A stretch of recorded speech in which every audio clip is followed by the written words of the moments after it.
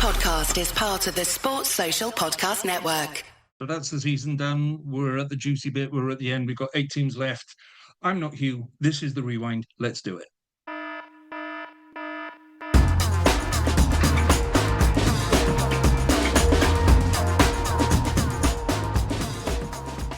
Hello, welcome back to the United Rugby Rewind. As you can no doubt tell, I'm not Hugh, and I very nearly forgot already that I was on the United Rugby Rewind. It's been a while. Good evening, gentlemen. Ethan, Adam, Mohammed, how are you, gents? Good evening. Good evening. So Good, yeah, usually when I sit in on pods and I do presenting stuff, the usual format goes completely out the window and we just arse around for an hour. So all those in favour of doing that, say aye. Aye. It's got to that part of the season, let's face it. I get the feeling there were a couple of teams that were put out on the weekend that kind of did the same. They went, anyone fancy playing? Let's just go and let's go down the pub instead. Yeah. The Premiership this weekend. The whole entire Premiership. He's gone there already. He's gone there. I've gone there. I went straight for the undercut. 98 points in a game shouldn't happen. It's not Super Rugby in 2014. Anyway. Besides, they don't call it the Premiership, Adam. They call it the Prem. The Prem, yes. Well, thanks for mentioning it. If anybody wants to come and present our Prem shows next season, we'd be much nicer. We'd be much nicer by then, I promise. This is the United Rugby Rewind. We're not nice. Safe to say, Adam's not put his hand up in the air for presenting one next year. Which is weird because he's in England, but he just doesn't want to do it. I know. Yeah, I don't blame him.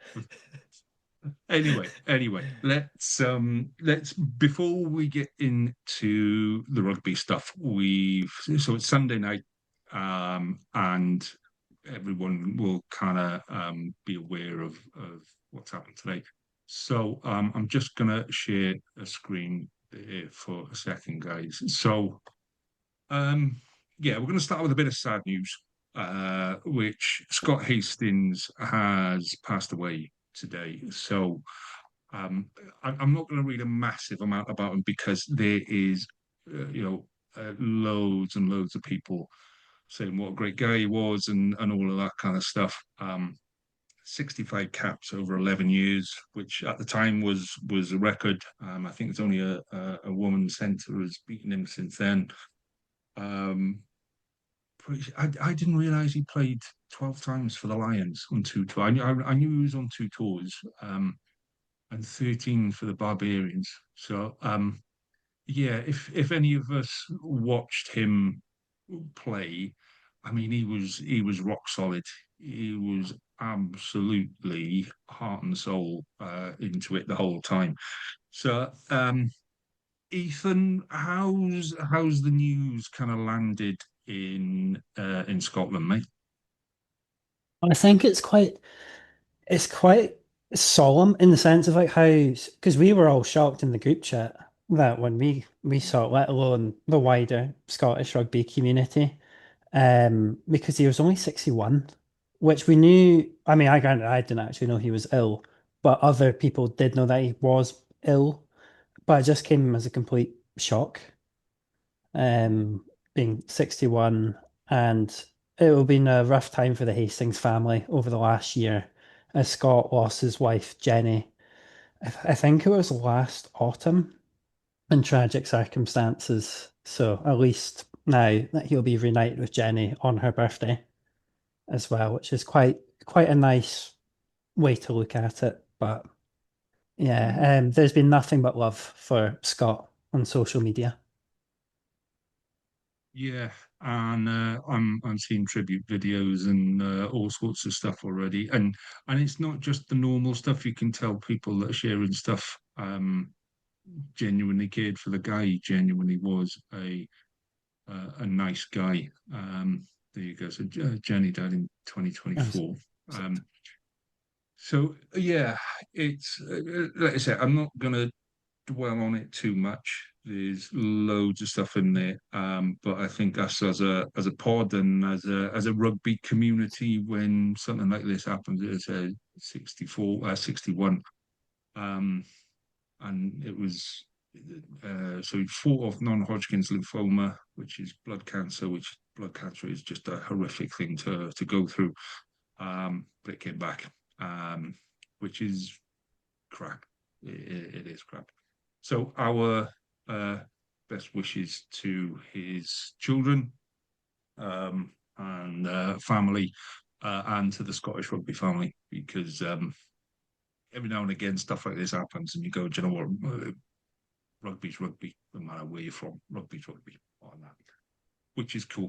Okay, so we're gonna swiftly move on and discuss a little bit of news, other little bit of news, which would be rumours, Mohammed. Now it is rumours that South African rugby are considering pulling out of the EPCR, not the URC, EPCR, on player welfare grounds. So your thoughts on that? But it's interesting. I was surprised to see that news. I mean, in the first season of URC, after we departed Super Rugby, we were not in any EPCR tournaments, because how can you qualify for EPCR tournaments if you didn't play in the URC prior? So that means that we sort of fit in a couple of Currie Cup games and some rest days in between. I personally think that maybe this might be sort of a negotiation tactic, to maybe force a rethink of some of the structures of how the tournament is structured right now, both the Champions Cup and the Challenge Cup.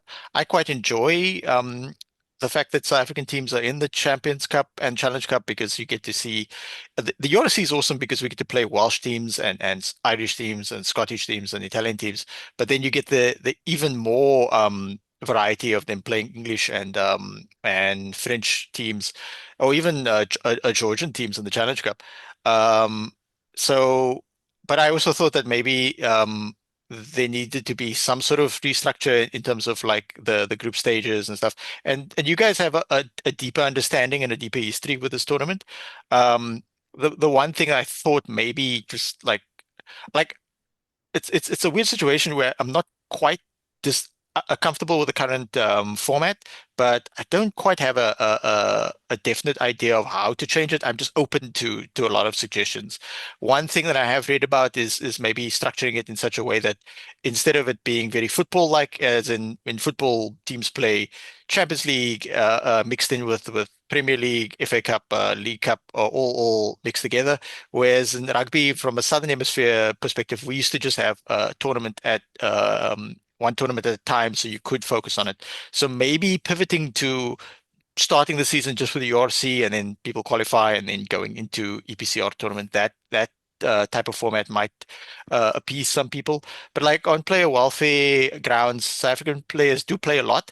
I will say though that the South African national team setup, they try and rotate a lot. So they have large squads, and they rotate, and they're still able to win. There's an argument to be said that maybe if they just flog the same players, they wouldn't they would actually win a few more matches.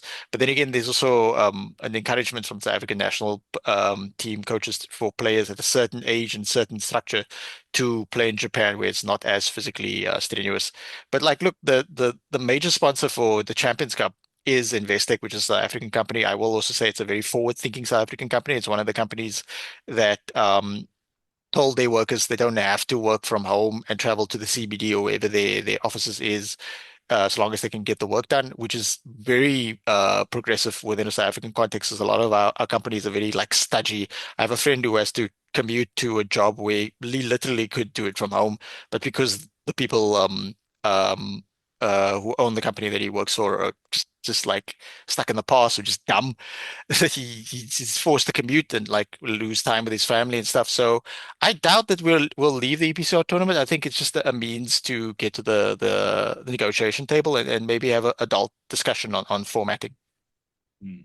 Well, we'll discuss format with Adam in just a second, because Adam's got a couple of ideas on this. Adam's got one or two things to say about the whole structure thing. But for me, I think the quickest flight from South Africa to the UK is like 10 hours, 11 hours. So if you're doing 10 hours one, that's a whole day just in the air, possibly to play one game. You know, if it's a knockout, it's one game, and then it becomes particularly we're talking about high level athletes. So within high level athletes, the risk of deep vein thrombosis, particularly after a game and stuff like that, is a lot higher. So yeah, I get that from a player. Well, for you, ideally you want to leave 48 hours after a game before you go in the air and stuff like that. So I get it from that, but I still think it would be a shame to lose it. So Adam, your thoughts on structure?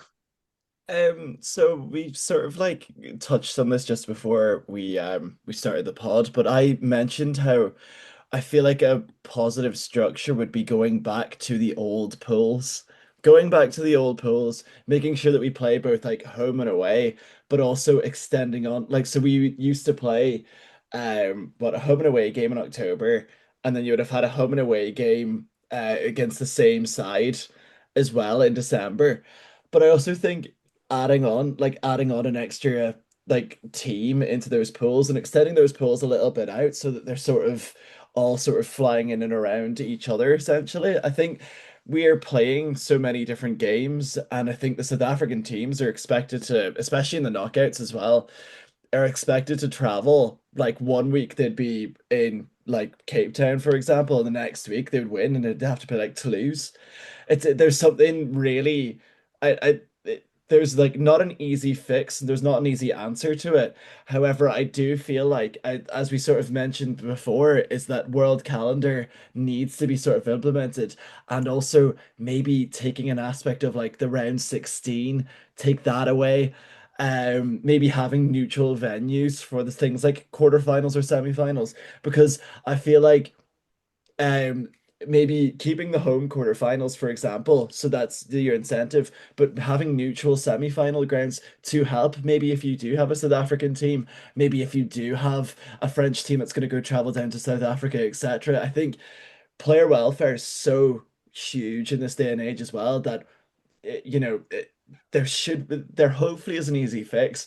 I really enjoy the South African teams in the Champions Cup and the Challenge Cup because we get really cool games like this year we've had what Stormers Bordeaux, and there's loads of different matchups that we've had where like two teams are properly going at it. So I think it'd be a shame. I think going back to a normal pool stage and actually having solidified dates where you're home, you're away, there you go. I think that's probably a little bit easier, I'd say, on the player welfare as well. More of a spread out. Okay.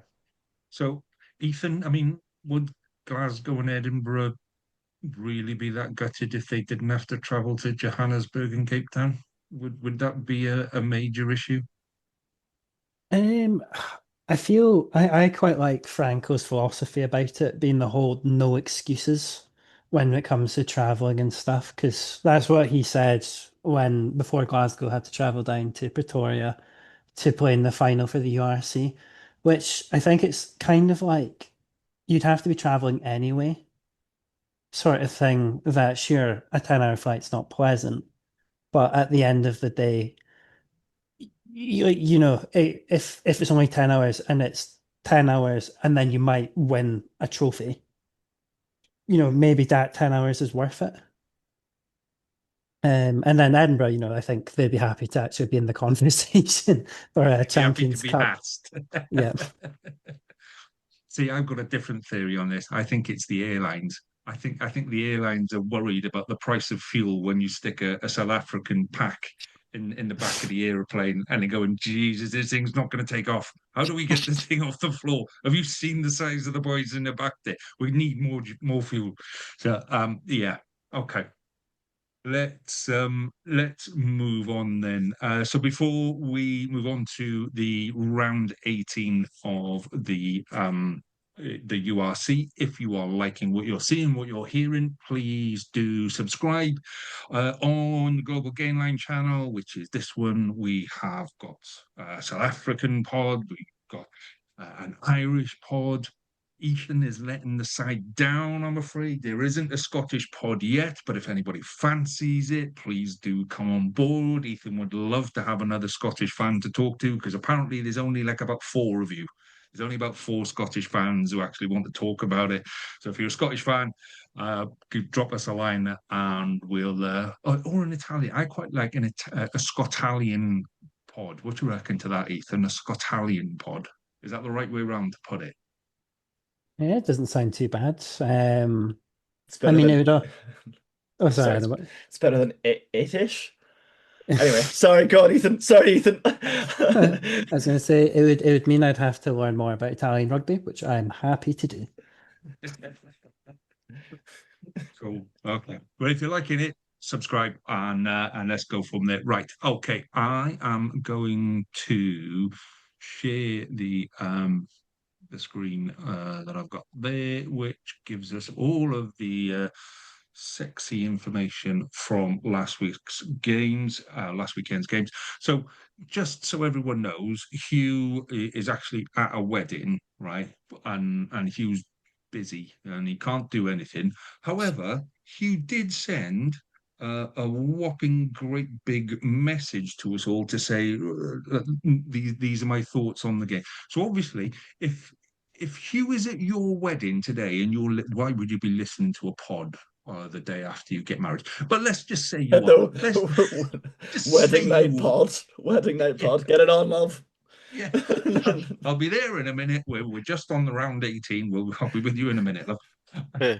But just to be clear, you did say you have creative license to sort of mix around his words. Yeah. That's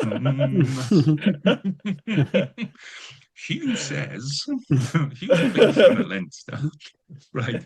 Let's Hugh start loves the with Prem. He loves the Prem. Ask him everything about the Prem. He loves it. He loves it so much he moved to England. yeah, exactly. I mean, genuinely, guys. Yeah, like Hugh's got his own podcast channel and all of that kind of stuff. HG Rugby. He was a massive fan of the Premiership. So if you want to ask him any questions or ask him Yeah. about any videos on the Prem, by all means, message him direct. He would It's, absolutely love you for it. Yeah. he told us his favorite Prem player ever is Chris Ashton as well. He bloody loves the Ash Splash. Anyway, let's go on to Rennie. Yeah, why would he go watch a Northampton team if he doesn't love the Prim? Exactly. Yeah. Yeah. He's sure as hell not going to miss next week, is he? Okay. Cardiff Stormers first game on Friday night. Gotta say, I watched maybe the first 20 minutes of this. I think I didn't see the Tom Bowen try, so that was on 21 minutes. So yeah, it was quite close up until then. Um, I thought it was quite a competitive game, and I thought it was quite an interesting game at both sides. Sometimes you get to this end of the season and nobody really wants to play. Do you know what I mean? Yeah, the half of them are off on holiday, or if you know you've qualified for the playoffs, then you don't put out your strongest side. But Cardiff and Stormers both went at it, and it was a really really good game. So Hugh's comment of it says Cardiff were excellent, fully deserved the win. Lots of players had their best game this season. The Stormers looked very one-dimensional. Why wasn't Chris Aston playing? Okay. Yeah, Why there we wasn't he go. commentating? He's got a tattoo. Yes, an excellent commentator. So yeah, I'll just quickly throw up some stats on there. That's the bit that confuses me. How did the Stormers only get one try? Yeah, there we go. It was, I guess, end of season. That's the way it is at the end of season, isn't it? It's one of those games that I was keeping up with because of course the Ulster game was on, so the two other games really impacted my mood. So it was one of those I just kept on looking at my phone going, come on. It's like having that the meme of the guy with the stick going, come on, Stormers, do something. Certainly did stuff to us last week. Same for Edinburgh. No one is safe. No one is safe on that Friday night. Well, let's move on to your game then, Adam. So Ulster 22 got absolutely destroyed, pasted beyond belief by Glasgow 26. Thoughts on the game? Yeah, it was one of those games that, like, as an Ulster fan, of course, I'm deeply frustrated. This has been a really good season for us, but now we're ninth, and I'm like, how did we end up here? It was a really interesting game that I also thought that we had a big chance in it. But this is like almost, I've said this nearly every single podcast. I'm not sure about I don't know why I've been focusing on it so much, but conversions win games. We missed all those conversions. I think we only got one on the night. Then Doak came on, and I don't even know if it was exactly windy. I wasn't at the game myself, but I was watching it on TV. But um, George Horn didn't seem to have any issues with his kicking. But it's so frustrating scoring four tries against Glasgow, all very decent tries as well, I must add. Um, Two Zach Ward tries, one intercept where he just looked absolutely like if you ever want to see a rhino let loose, you look at Zach Ward. And then the Ethan McElroy try, like, there's the absolutely phenomenal try from him. But it's a frustrating one for an Ulster fan. We didn't really capitalize on the first yellow card by Glasgow. I thought Glasgow were very well I think they deserve their top spot because they were very good at silencing and sort of dismantling any chance that we had of like really good moments.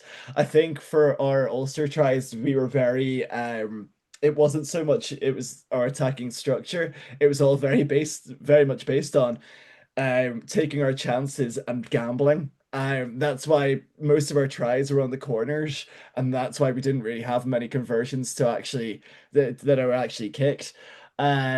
But yeah, it's a frustrating one as an Ulster fan. I think as well, if you look at the squad, I think we had some really good performances from players that, are going to do really well for us in the future. I thought Bryn Ward was exceptional. I thought De Klerk was pretty good as well. Seeing Jake Flannery and Connor McKay as that 9-10 combo was quite nice as well. But at the end of the day, I thought that Glasgow came well, it was their first win since 2013, which is mad when you think about it, because they won a Pro 14 at the same stadium, but it was against Munster. So, you know, I think for Glasgow's sake, I think they'd be really relatively happy. As for Ulster, I think frustrated, confused, and now I just have to think about next week. So we'll get on to that later on. Next week later on. So, Yeah. Ethan, a little bit on that Glasgow win, and then I mean, I don't know if you really want to talk about the Edinburgh game, but I'm going to put it up there so you know. So, tell me about Glasgow first. Yeah. So I think the Glasgow game, it was a good game. I think Ulster, it's a shame because when it's like you want Ulster's played so well this season that they deserve something. I hope that doesn't come across as really patronizing, but like No, no, it's you know, true. It's true. yeah, yeah. And I mean, I'll get onto it of Connor in a minute, in the sense it's kind of like a tortoise and the hare that Ulster is a bit like the hare that they had an incredible first sprint, and then it kind of, for not their fault with injuries, but kind of slipped at the end, which is it's just not really fair on Ulster that if they had the squad fully healthy, they would be in a completely different part of the table. But for Glasgow, I felt Glasgow were quite lucky to win that. Um, that because at the end it was just a missed pass into touch, which ended the game, and that could have been if that pass had landed. You know what I mean? That wouldn't have been pleasant for Glasgow. Good for the psychology though. To as Adam mentioned, first win in Belfast since 2013. I think first bonus point win in Belfast is like 2008 or something, which is significantly long period of time given for any Scottish team to actually win in Ireland is hopefully progress in the future. Probably not, I don't know but if I'm more impressed with the fact that it's the first bonus point since 2008, or the fact mm, that that it's the first bonus point since 2008. How long did you spend researching when was the last bonus point win in Belfast? I mean, that's good stuff, that is, man. I didn't even research it. Someone said it when I was listening. I was scrolling through Twitter. But I'm trying to think what it was. oh gosh, like Dan Lancaster, the best 10 minutes, or the only 10 minutes that he needed to play well were in the last 10 Yeah, minutes yeah. for that. Because that, I mean, him basically passing the ball to was it Bryn or Zach? Which ward It is was it? Is it Bryn? Zach. It was Zach. Zach. Zach Ward. And it's like, that's a one man on the page. You don't want to give space. Um, and yeah, for that pass, the setup for the Kyle Rowe try at the end was pretty clutch as well. Still got boots to grow into, but hopefully he's able to build on that from that performance in that last 10 minutes. Um, Okay. and then you Now can, you're gonna have to talk about Edinburgh now, mate. So yeah, we're gonna have to bring it right back down to yep, reality. yeah. Uh, all yours, Edinburgh. Edinburgh, Connor. Um, didn't as Adam said, I also couldn't watch this match because it was the scheduling gods put it at the wrong time. But maybe that was a mercy for me, that I didn't have to see it because Edinburgh had been building so well. Granted, it was Zebre Sharks, which I mean the Sharks put up a good performance. And who else did Edinburgh play? We played someone else. Was it Dragons? Oh, Dragons. Yeah, there we go. But just got completely blown away by Connacht. Though to be fair, I had seen that Edinburgh actually played quite well, but they couldn't convert it, which is ultimately what matters in the end. That you see there, Connacht 39 possession or percent possession, and you just have to do something with the ball. It's not often how you get the ball. Yeah. You've got to be fair. Since Stuart Lancaster has come in, I Mm. mean, for me, Connacht are much more boring, but they're actually winning more games, and Yeah. that's just an English way Yeah. of doing it, isn't it? So Yeah, I think Connacht's redemption from the start of the I think what we sort of mentioned at the start of the season was that Stuart Lancaster's season could go one of two ways, and it going incredibly crap or it going incredibly well. At the start of the season, we all had conversations on multiple podcasts about, is this not working for Connacht? What's happened to Connacht is, they were towards the bottom of the table up until I would say around about January, and then it was about what nine no, 8 rows in a win, 9 out of their last 10 wins in the league.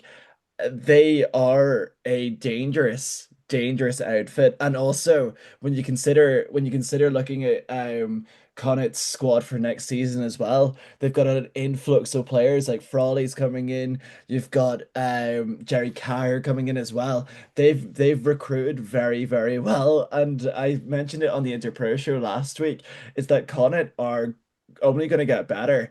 They're only going to get stronger because of Lancaster, and seeing that sort of boring style of rugby. Yes, it's not really good on the eye, but it won Leinster trophies when Stuart Lancaster was there. So, it's interesting to see, and it's really good to see a really strong Connacht side as well. yeah, maybe you can come and coach a Welsh side. Maybe that's the outside. Anyway, Mohammed. Now, it's not very often that you get to talk about the Sharks putting 50 on anyone, regardless of who it is. But Sharks 54, Zebre 19. I Um, think I think when we win, we always put 50. We just don't win that often. In a game of no consequence, much like last week, the Zebre team came and they played and they scored more points than Benetton. They're more of an attacking team. The Sharks basically used these last two games to blood a lot of young players. I mean, Vusi Moyo made his URC debut in this game, played really, really well. So yeah, we were out of the playoff picture even last week already. So actually like blooding a lot of really talented young players, especially in the back line. But yes, they look good in these last two games against the Italian opposition who also don't have anything to play for. But Sterner tests the weight, and like a guy like Siaya, who's looked really good these last 2 weeks, also looked more human in the last when we toured and he played in those games. So yeah, look, we take the victories, and in these last 2 weeks, like last week, the crowd was there. They enjoy the atmosphere. There was a pool, even though technically we're moving into winter, but there is no winter in Durban. And yeah, but it's sort of like a bit of South African insight. The new sort of fullback slash fly off CII. His surname is also a reference to a mode of public transportation in South Africa, generally known like a Zulu taxi. But instead of like a taxi, as you guys might know, like it can seat multiple people. It's like a minibus, like a tiny bus type thing. Seat 16 people entirely, and it's best known for like you don't mess with the driver. I don't know if you guys familiar with Louis Sokola. He was on QI in a few times. That comedian. He's got a great skit about his grandmother and a Zulu taxi driver, because apparently, like, you don't, if the Zulu taxi driver tells you to jump, you just say how high.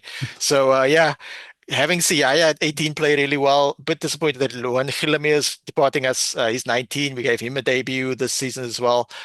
He's departing us for the Bulls, but there's also Yaku Williams who played really well in this game. What was interesting about this game, though, is that earlier in the game, we tried to throw the ball around a little too much without earning the right to make the space, and then Zebre punished us for that. But like within like 20 minutes, they started to realize the first thing you really need to do is give it to the senior player in the back line in Andre Estes, and then punch a hole in the defense, and then start throwing it around. So I mean, Zebre's got a few good players as well, a couple of debuts. They're always good on attack, but like I said last week, they're just a feeder team to Benetton, and Benetton's just a feeder team to Toulouse. So you're gonna get what you're gonna get, and then if Zebre show up in Durban on the last game of the season, uh, not fighting for playoffs, uh, that you're it's gonna be a very like jouer sort of throw the ball. It's almost a sevens game. So I enjoyed watching it, but the Sharks need to use this system and build on it so we can actually be competitive next season. And yeah, this is where we say goodbye to Sharky for the season, but he'll be back on Bit of an Animal for the Currie Cup season. Bye, Sharky. I do like Sharky. So yeah, just to cover back a couple of things, because I forgot that Hugh will get in a proper strop if I don't say that Hugh had comments on stuff. So Hugh's comment on Edinburgh and comment where I didn't watch this. Hugh's comment on Ulster and Glasgow. In fact, he said, Connacht have shocked me. I could have sworn they were going to be crap. You know, blame Hugh, guys. Blame Hugh. What can I say? All comments towards Hugh on that one. So to put that in context, Hugh said something earlier in the season when Connacht weren't playing well, and there's one supporter that absolutely tears into bits every time Connacht win. So remember when you said so? That's why Connacht and Hugh have a thing. Us from Glasgow, Hugh said missing out on top eight was brutal, but Glasgow have done really well. Thanks for that, Hugh. And then Sharks and Zebra, he says, how do I pronounce it? Is it Siaya? Siaya? Yeah. See ya, yeah. Yeah. Siaya. Yeah, so Siaya looks decent. So we Yeah. watched Try 80 try to minutes of pronounce rugby. his first name, Zekatelo. No, no, No. because I know when I'm beaten on that one. Okay, so let's then stick in South Africa, Bulls and Benetton. So Mohammed, thoughts on this one? Yeah, Bulls are laying the foundation for a competitive game in the playoffs against Munster. They actually fought their way up after a sort of a indifferent start to the season, especially in terms of the defense, to now have a home quarterfinal. Bulls did what so many the other three South African teams just failed to do, in that they use their forwards to bludgeon the team first to make the space for the back line. So what I liked what the Bulls have been doing these last few weeks is they are basically rotating their squad quite well. They know who their first team players are, and then there was a bit of flu in the team as well, so that affected their preparation for this game. They had announced the team early in the week, and then they had to adjust it somewhat because of illness within the team. That's why we were robbed of seeing Kurtley Arendse. But yeah, they're so smart in terms of their game plan, and they they executed this weekend, last week so well in terms of giving everybody a run out, making sure everybody's sharp, not playing into the opposition's hands, giving the crowd something to cheer about. I think this is the biggest crowd they've had at Loftus for the whole season, and that sets up very nicely for 2 weeks' time when they take on the Punsters of Munster in Pretoria. It always amuses me the size of South African stadiums because they're massive, they're huge stadiums, and you've got like 10 people sometimes sitting. They've obviously bought a ticket for somewhere, and that's where they're sitting, and they don't like go, well, there's nobody else sitting in the middle of the stadium with a really good view, and they don't move across. They just go, no, I'm sat here in the corner, and this is where I'm going to stay, sort of a thing. But yeah, it's sometimes you see South African stadiums, and it is like looking for needles in haystacks. But I I remember when Ulster played the Southern Kings and we had to move to like a high school stadium. This was like during the Pro 14, and I remember the stadium being like, I would say it would be like a League Two England size football stadium type of place. But it looked quite cool, and like seeing Charles Piutau run around a high school pitch was quite funny. well, Hugh's comment on Bulls and Benetton is Bulls were sloppy and they need to step up if they want to win this title. Um, they couldn't even beat Connacht. Okay. Um, right. Wait, no, they yeah, they defeated Connacht earlier in the season, but that was early season Connacht, not this like juggernaut of a Yeah. team. Not Uh, scary, Connor. yeah. I'm just trying to drop Hugh in it with some of his Connacht fans. That's all. Wait till we talk about Leinster. Well, these are two of Hugh's favourite teams now, Leinster and Ospreys. Is So is really sad that Chris Ashton didn't play for either of these teams as well. Really sad about that. I'll be honest. So Leinster and Ospreys were playing at the same time as Scarlet and Dragons. So obviously Hugh was watching Scarlet Dragons. And the only way we had to cheer ourselves up from the abysmal Scarlet's performance was to keep checking on the Leinster score. And we were going, it could be worse, boys. It could be worse. Look at this. So, Adam, talk to me about 68-14. Yeah, so at the very start of the game, this was before anything happened. Tommy O'Brien pulled out with an injury and James Lowe came in to replace him. So I'm not sure if that was precaution given the fact that they've got a very important final next week. But I think that it was a very dogged Leinster performance, as you can see by 10 tries there as well. I thought that Leinster picked a very noticeably that healthy mix team. I would say most of them would be playing next week. You know, you're like so if you're Harry Byrne and Gibson Parks, but also they had a bit of youth a bit of youth experience in there as well. I thought I thought everyone played particularly well. I thought that it was just pure Leinster dominance. Um it's one of those where it was like, stop it, they're already dead. And then they had the likes of Caelan Doris and Tag Furlong come off the bench. And it was just like, guys, it's not, guys, you can't please. But I think Leinster, it's probably the perfect game for Leinster to have a week before a final. Not much went wrong in terms of, I think they'd be very pleased with how the game went. I think the only thing that they'd be particularly annoyed by is the Dan Edwards try at the end, because they would probably want to keep them just to one try. However, there's like little things like that where I think that would sort of pick on Leo Cullen's mind, because that's probably how it works. Just like a lot of numbers I can imagine, but as I said, it was a very dominant Leinster, a very, very dominant Leinster performance. I think Hugh would normally say in this part that, there's not really much to talk about with Leinster because they are a very good team. They played a very poor team. We're going to go into it more on the Interpro show, but I think, as I said, I think this is the perfect one for positive feelings just before this very important game against Bordeaux next week. Hugh's comments on this game is, I'm not saying anything, I'll get in trouble either way. So, yeah, we'll leave it at that one. Yeah, okay. So, Garlets and Dragons. So, a friend of mine described this game as two bald men fighting over a cone. Um, and it really was that way. Okay, I watched this game. It was all right. You kind of expect a bit of a throw around at the end of the season and all of that, but it was actually quite gritty in places. It wasn't a high skill game.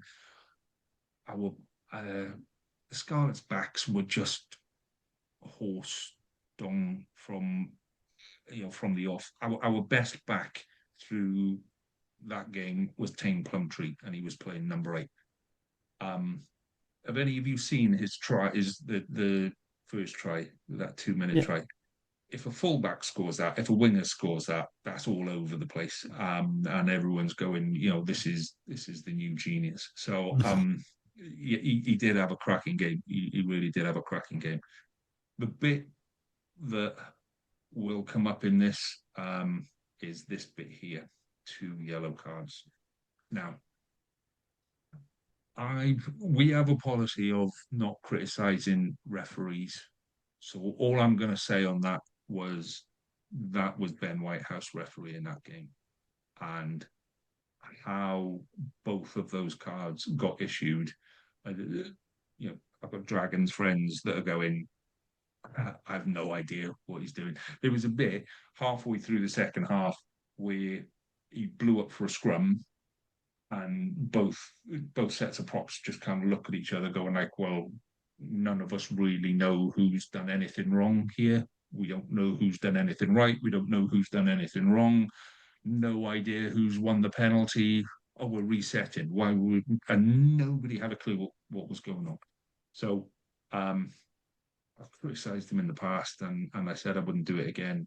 So I'm just going to leave it at it was a poor game for 30 players and all officials because, yeah, and I'm going to leave it at that. I've just flicked down through that. Blah, blah, blah, blah, blah. There was really nothing in that at all. I think a draw is probably where a draw on the last day of the season for the sides that finish 14th and 15th is about right. Okay. And again on that, Hugh says, what a disgrace to rugby. Okay. Munster. Let's talk happy stuff, because the bit that I like about the Munster game, okay, was the Munster game had finished by about 20 minutes and the URC still hadn't updated the table or the scores or anything. So Munster was sitting in 9th, I think, at that point. Without this result and with all of that kind of stuff, Munster was sitting in 9th. And I was looking at it going like, I don't think this is right. I don't think this is where we should be. Adam, thoughts? It wasn't really happy for me, Lee, to be honest with you. The Lions had one job.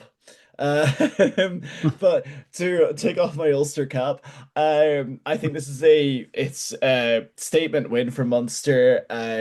It was one of those games as well where they lost Jack Crowley at the very beginning. JJ Hanrahan replaced him just before the match. JJ Hanrahan's tended to has done that quite a few times this season, which you would normally associate with like, not a drop down in quality, but like, I'm sure a player's mindset would be that I'm on the bench and I'm going to get used at some point during the game, but not playing the full game. But I did think that JJ Hanhan had a decent game. I thought Craig Casey was phenomenal there. Craig Casey is probably the epitome of Munster rugby, and in his like sort of short size and stature, like he is what like he probably walked off the pitch feeling about 10 foot tall. I thought he was phenomenal. one of those players that gives it his all, and then I think it was in the 80th minute when he kicked the ball out, the relief and the emotion that came out in that Thomond Park crowd, just it just came out because I think that having Munster having much like Ulster, but in different scenarios, having a bit of a wobble this part of the season as well. Um, I think this is massively beneficial for Munster, and of course they're in the top eight now. The same for the Lions. I thought the Lions played a very good game. On the Interpro show, I think we were all talking about a possibility of a Lions win. I mentioned how I haven't supported the Lions since probably 2013 when Lee Halfpenny was really good at kicking. Then I got told it was the wrong Lions. But it was one of those that Munster played really well. They do deserve to be in that last eight. I say that as an Ulster fan. I think all of the provinces should have been in it, but it just shows how close the tournament's been. So when you said Munster deserved to be in that top eight, you said it by moving your mouth. There was no gritted teeth. There was no I internal wanted conflict. no, I wanted all the Irish teams to go through. I wanted an all Irish Champions Cup like filter. All said and good having the banter, but I think I just wanted everyone to be in the top eight, but I was just a bit like it was quite a sad Friday, Saturday. You've been listening to Hughes. I hope everyone's team wins far too many times. Yeah, I just yeah, I think it's just like a mellowed ninth place for Ulster again. I think I need to like give out good karma for this week. So We'll we'll have a little look at the table in a second, but to finish it off, Hugh's comments were Lions were the better team, but Craig Casey beat them on his own. He was good yeah, enough to yeah. play for Leinster. What can you say on that? Thank you on that, Hugh. Okay. So before we have a quick look at the table, just to say we are recruiting for people for next year. So I've said it a couple of times, but so there will be a full set of Irish pods next year. There will be a full set of South African pods next year. I would love to put a Scottish and Italian pod together and do something with that as well. And if you're English and listening, we are doing Premiership pods next year as well. And I am recruiting for those. So if you fancy, basically, you ask all of the boys, it's just arsing around and talking bollocks about rugby for an hour, one night a week. And other than that, and most of us do that anyway. It's just nice to have people listen to us, and when we say stuff, people go, "Oh, right, okay." Whereas normally I say stuff and people throw things at me. So, yeah, that is where we are. If you want to and you're interested, drop us a message on socials, or you can email us on Welsh Regional Rugby Pod at gmail.com. I tell you what, just drop us a line on socials because I'm not sure that that's actually our email address. I've no idea. It's been a while since I emailed myself. So just drop us a message on socials. Right. Let's have a look at the table.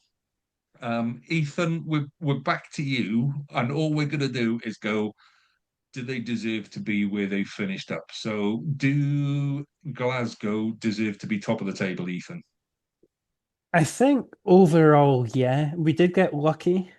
So for example, I think the biggest moment of luck was when Benetton beat Leinster, and that, well, look how much points that was, 2 points gap between us and Leinster, and that was really what saved our season. And the fact that we've topped the table is incredible for Scottish rugby in general, given like the historical squad depth that Franco's really built something over the last few years. Because we were talking about in the chat yesterday that Glasgow kept coming to fourth for the last few years in the URC table. So it's quite nice to do a bit better than that. Mm.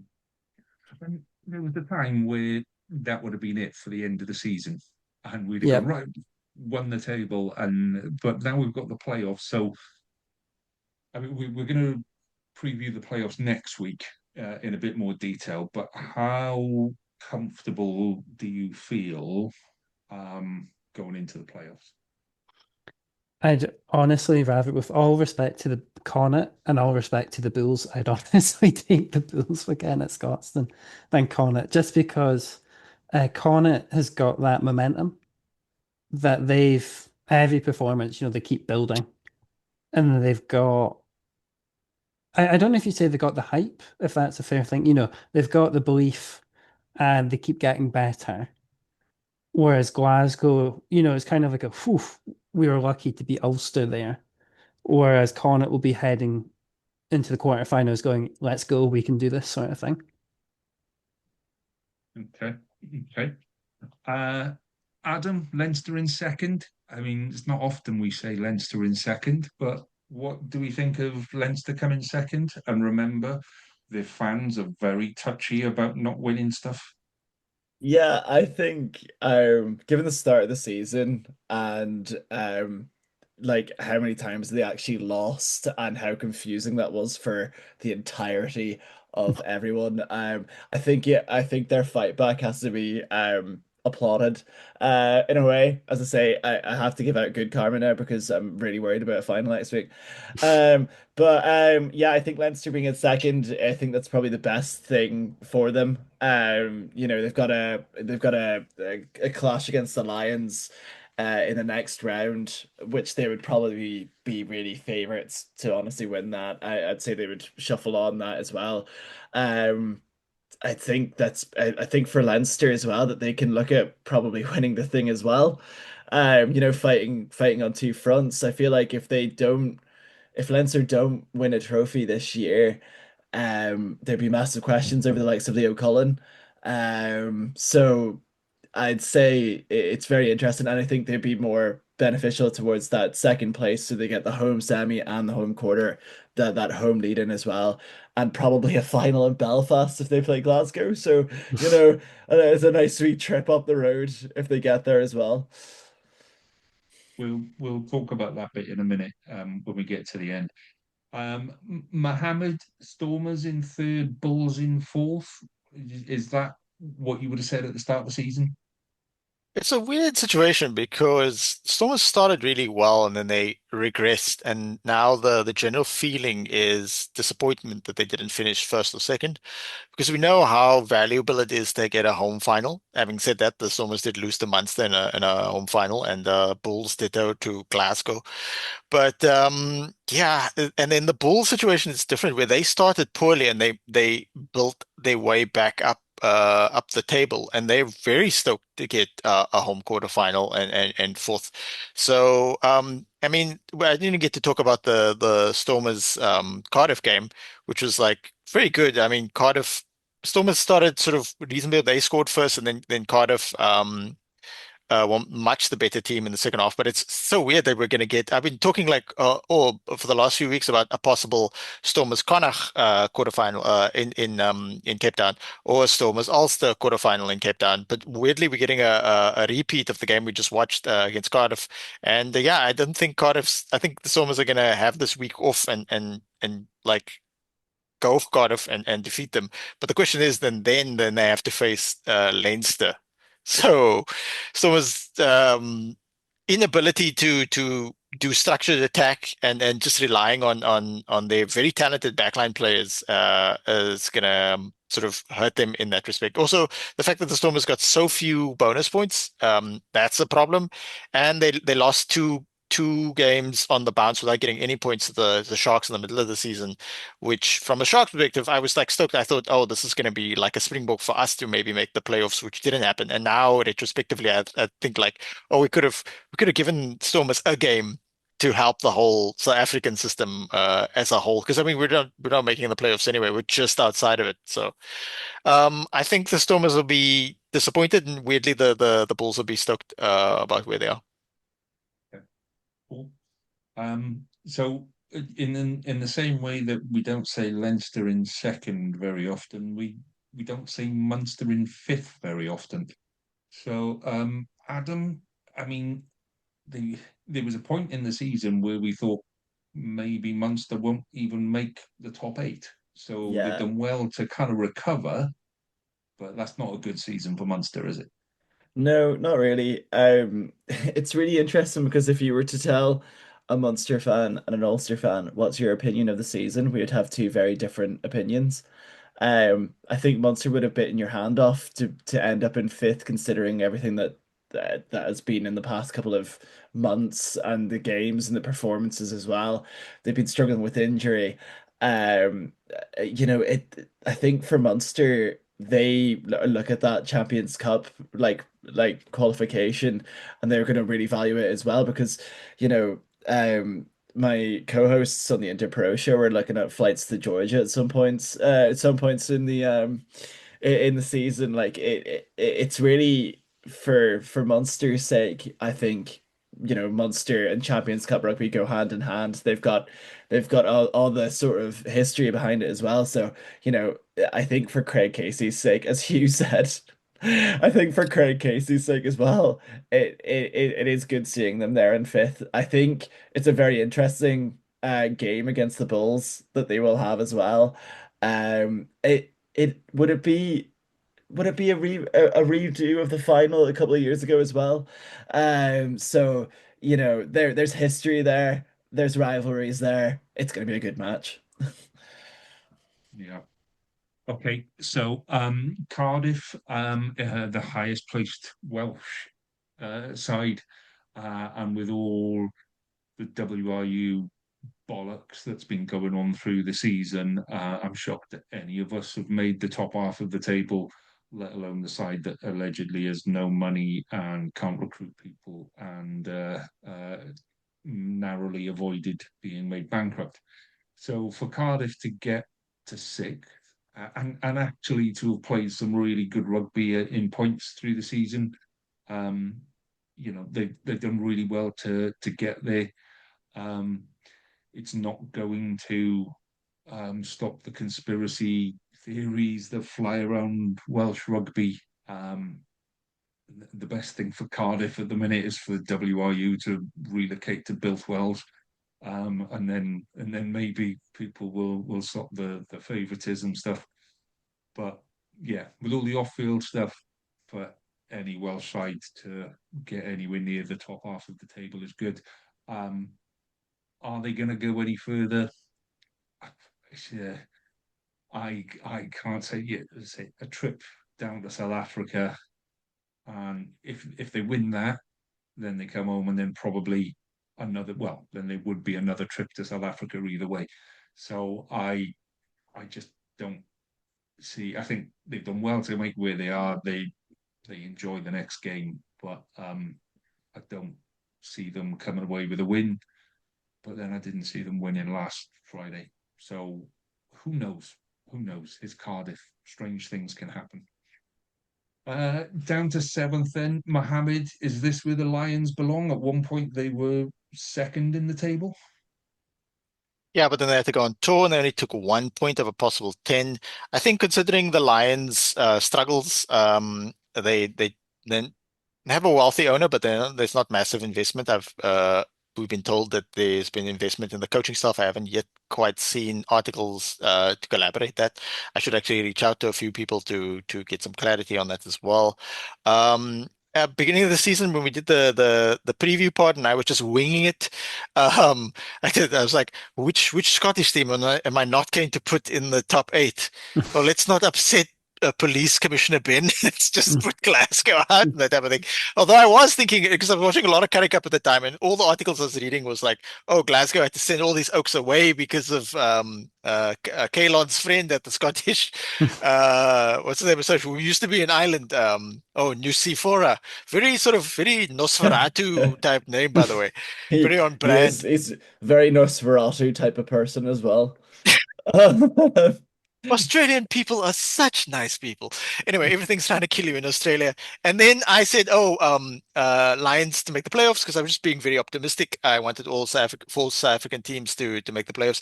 And then you said, oh, because they just beat Boland because he purposefully mispronounced Boland as Boland. I was like, yes, they just beat Poland. And yeah, so I feel vindicated. I'm stoked for the Lions. I wish them the best of luck. They did just lose to Leinster the previous week in Ireland. So I mean, they got a bit lucky in stages. Their recruitment was very good. They've got a good structure of the team of like got a lot of good young loose forwards. JC Pretoria, Sipa Mahashe, who should be like a player, young player of the tournament or like breakthrough player of the tournament. They've got Renzo Du Plessis. So, and they were lucky in a certain sense not to get such major injuries. But the sad part now is that now all of a sudden, even in this past game against Munster, they got a few serious injuries, and last week they lost their sort of primary blindside flank slash lock. And within a South African rugby structure, that's like a key player. So I think they are playing with house money now. They've done better than people expected them to do. So yeah, just need to enjoy the rest of this tournament. And you got to remember the Lions also lost the Currie Cup 2 seasons in a row at home to last minute kicks. So hopefully they take this URC momentum and into the Currie Cup. And tune in to the Bit of an Animal where we elaborate a bit more. We'll have a Monday episode this week. No Friday episode, but just a Monday episode this week. So yeah, let's hear what Sipu Siso and Tim Bikosi, the Lions supporters on that pod have to say. Cool.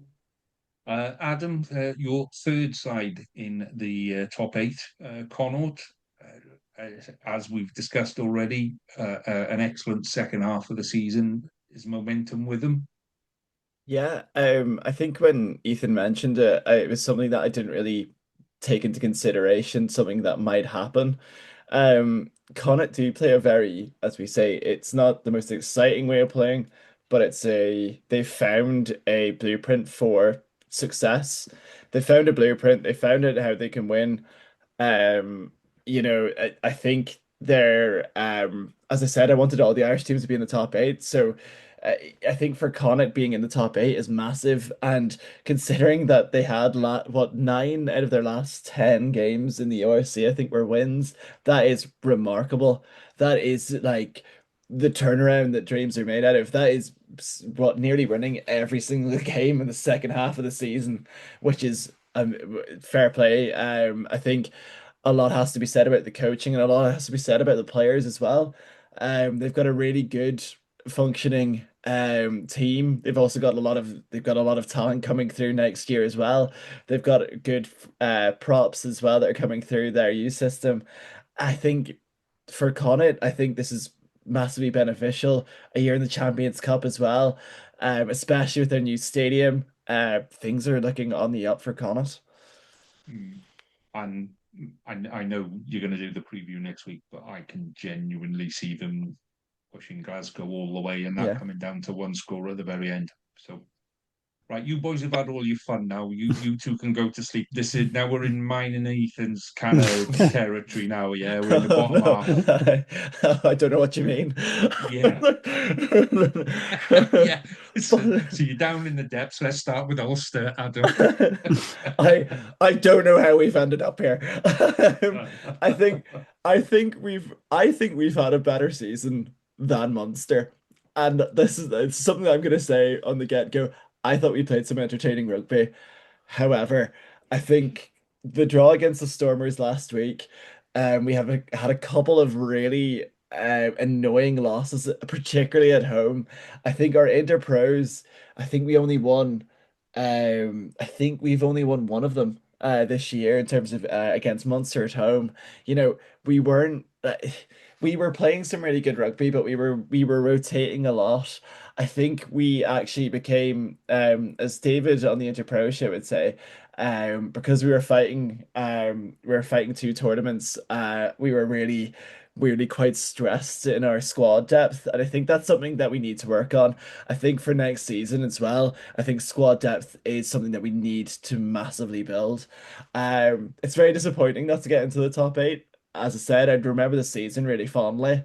We have Angus Bell, we had Cock, we had loads of those players that were really good, very good. And for Ulster, we deserve the Champions Cup as well. But I think as I said, it shows you how well it either shows you how well the seasons went for everyone else, or has there been a poor standard of rugby this year? Has there been a better standard of rugby this year? But everyone was beating everyone, and I feel like we're just really unlucky with with this position, to be honest with you. So I'll give you two kind of points to kind of ease your pain. So you've got a better points difference than Connor. You're 74, they're 47. And I think for the last three, maybe four seasons, 52 points would have comfortably been Yeah, in the top eight. So, yeah. but you weren't, so tough. There you go. Uh, Mohammed, all the money that South Africa can throw at the Sharks and basically buy the international first team, and you end up in 10th. Thoughts on that? Yeah, so the money's not coming from South Africa, it's coming from wealthy benefactors. But unfortunately, we sort of made this deal with the devil a few seasons ago, and it is a double-edged sword. So, like, you're basically rolling the dice with such a Springbok heavy team, because the idea is that you would have a structured enough second team to just hold the line and win games here and there, while the majority of your team is not available and also not available for the preseason. And then when those players are drafted back into your team, you'd win all of those games. And that came apart very, very spectacularly this season. I think it was indifferent the last few seasons. We would have success and not success. It was hit and miss. But this season, like, completely blew up, and it's maybe an opportunity to restructure the team itself. I mean, Eben played one game for 50 minutes against Connacht, where he hurt his hip in Galway, which is where everybody hurts their hip. And he was obviously not available for the previous games because he tried to decapitate and poke Alex Mann in the eye earlier this season, in case anybody forgot. And then other key players like Siya Kolisi were available and not available. Sometimes they were like Siya was on the team sheet, and then he for two games, then in the last minute he was pulled out.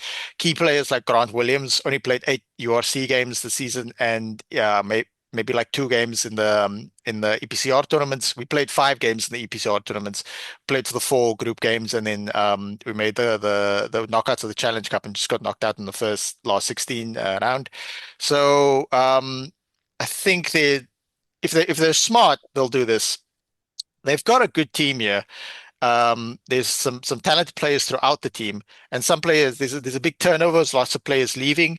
But they need to structure it in such a way that we do more of a Glasgow type thing, like, yes, get Franco Smith, but have the second team able to hold their own to a degree, because we have the numbers in terms of depth, in terms of players, but some of the players, especially in the front row, haven't really stepped up. Especially, we had a horrible start to the season. I would have preferred to, I mean, we talk about, this is spoken a lot in NFL, of the sort of difficulty of your structure of your season.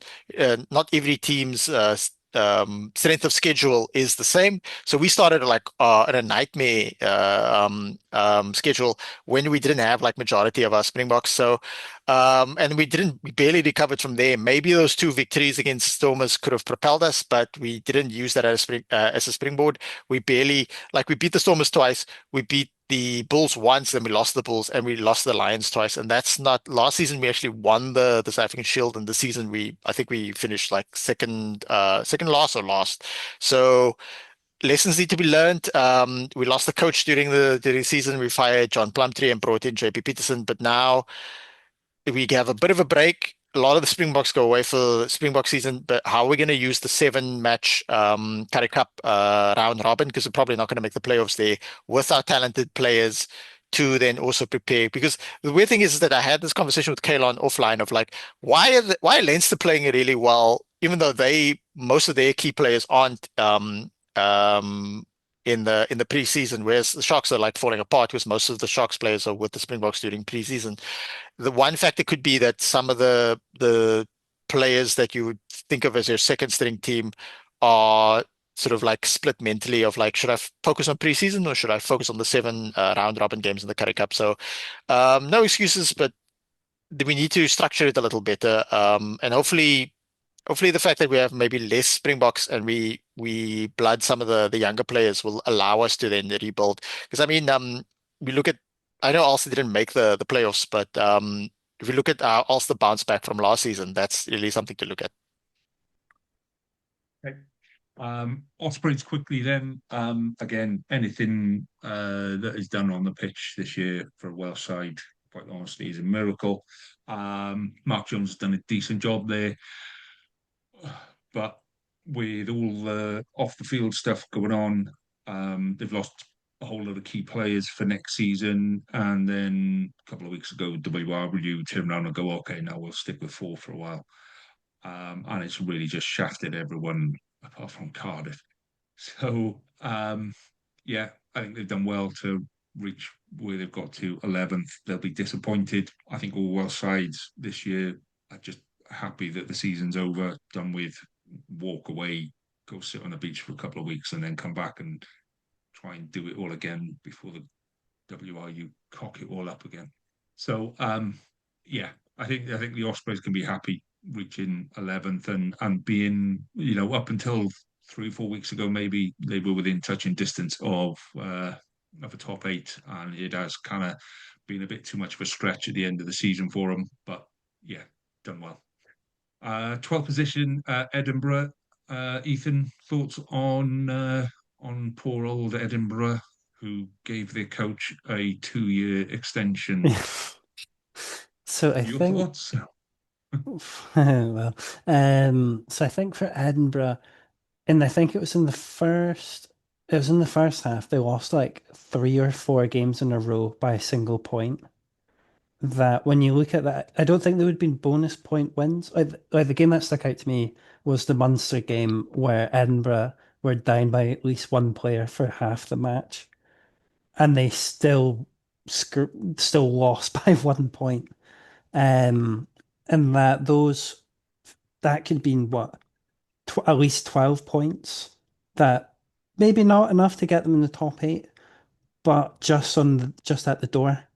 And that we would have been talking about a completely different season for Edinburgh if they had won those 3 games. If they had just got 3 points in total.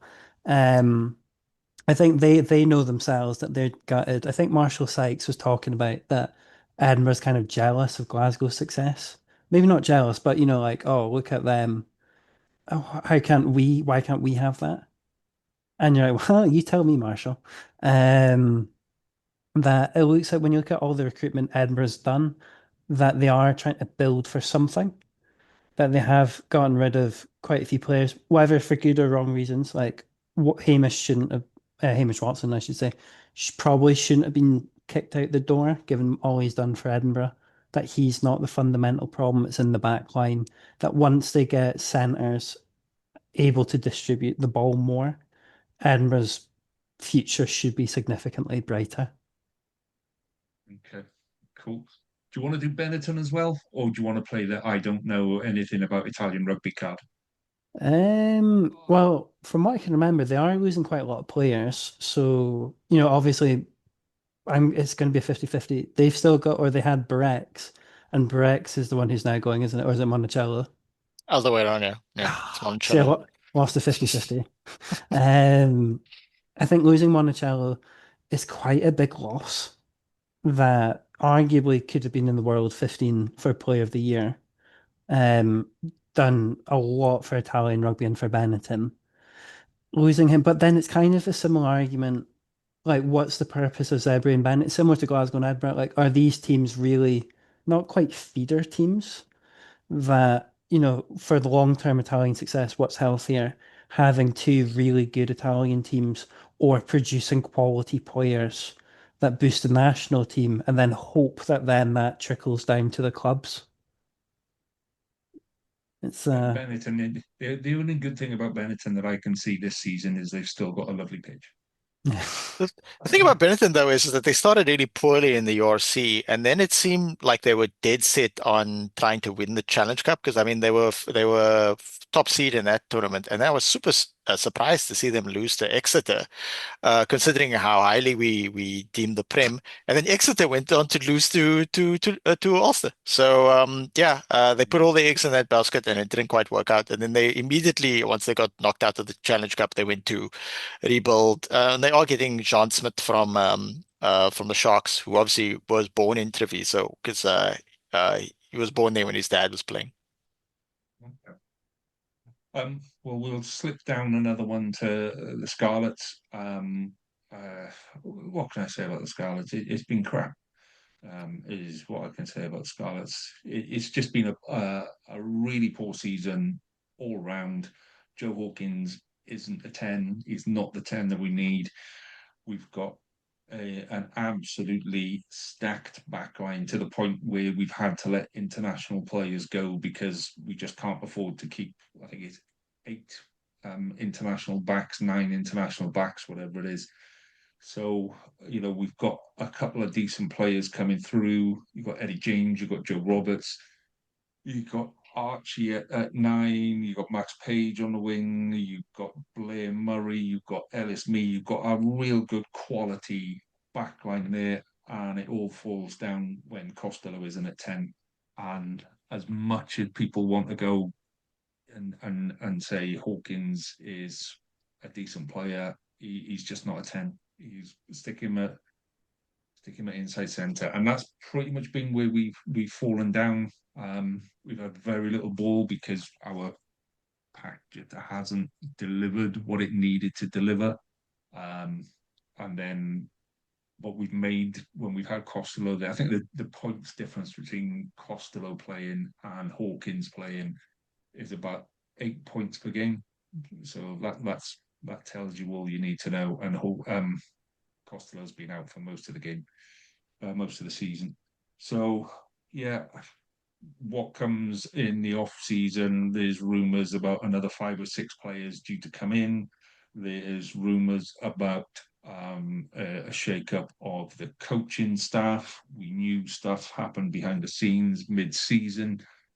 Yeah, if we end up at 14th again, let's not forget last season we ended up in 8th and we were in the playoffs and we were in Europe, and we deserved to be there. So to fall to 14th in a season tells you something's wrong. Some of it lies at the foot of the WRU, but some of it lies with the players, and most of it probably lies with the coaches. So I'm going to move on to the Dragons, who were in 15th. I say 14th and 15th drew on the last weekend of the season, probably deservedly so, in all honesty. Dragons have really kicked on. They've used the Challenge Cup and had some really good games in the Challenge Cup. If you ask a Scarlets fan, how's the season gone? It's quite poor. If you ask a Dragons fan how the season's gone, they'd be quite up about it because they've actually put in some decent performances, but they've still ended up in 15th, and Scarlets have still ended up in 14th. Welsh rugby's just in a complete mess at the minute, and yeah, I think the WRU need to put their hands up and go, sorry, boys. We'll listen to what you say in future. So yeah, we are where we are, and I think Dragons will feel they should be probably further up the table. I think if the season started halfway through, and they had another half of the season to go, I think they'd probably end up somewhere near the playoff positions. So that's just where we are. Okay, Ethan, back to you then for Zebre at the bottom of the table. Kind of all expected them to be there. Yeah, I do have a soft spot for Zebre in that they can be incredibly hard to beat some weeks, but then, as we saw this week, you could easily just put 50 or 60 on them.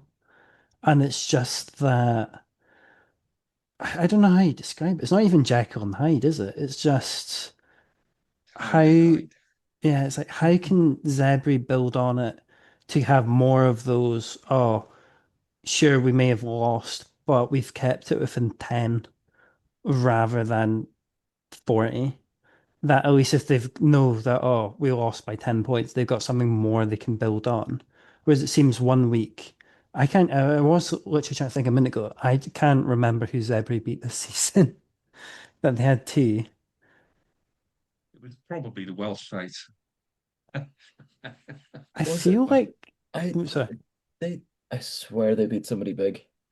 I feel like they beat Hedon. I feel like because Glasgow lost to Benton at the start, I feel like Edinburgh lost to Zebre. I think But it might be Edinburgh. But I also find strangers in the comms. Kobani Bobo and his partner were doing commentary for Mm. Supersport for the Sharks versus Zebra game, and his partner kept saying Zebra had won 0 games this season, and I was like, no, they Yeah. didn't. Like, I had to go back and look. Yeah. So the thing is that like we do this around our day jobs, and we're doing it for the kids, for the crack. And I sometimes listen to Supersport commentary and go like, did you? Did they find you in the stands? Aren't you getting paid to do this? Anyway, They won against Edinburgh and the Lions at the very, very start of the season. oh my God, if Lions had just defeated them, Oh, could have been well, they further up. didn't. Don't remind me. Oh, well, if the Scarlets had only won the 2 that they'd drawn and not cocked up the rest, would have been so much higher up the table as well. Right, gentlemen. So just to say before we finish up, any complaints or issues or problems this week, all Hugh's fault. So send them all over to Hugh. If you want his number, give us a buzz. I'll give you his number. You can speak to him direct and tell him it was his fault directly on that. And the Or just good bit with hang this, out at your local garden center. I'm sure you'll see him there. Yeah, he's at the local garden center with Chris Ashton and Leo It's the, Zelensky. absolutely, it's the yeah. one with the train, right? A lot of them have trains, to be fair. A lot of them have trains. See, the thing with this is, I know Hugh, if Hugh isn't on a pod, he will listen to it and then he will send me a critique of the pod.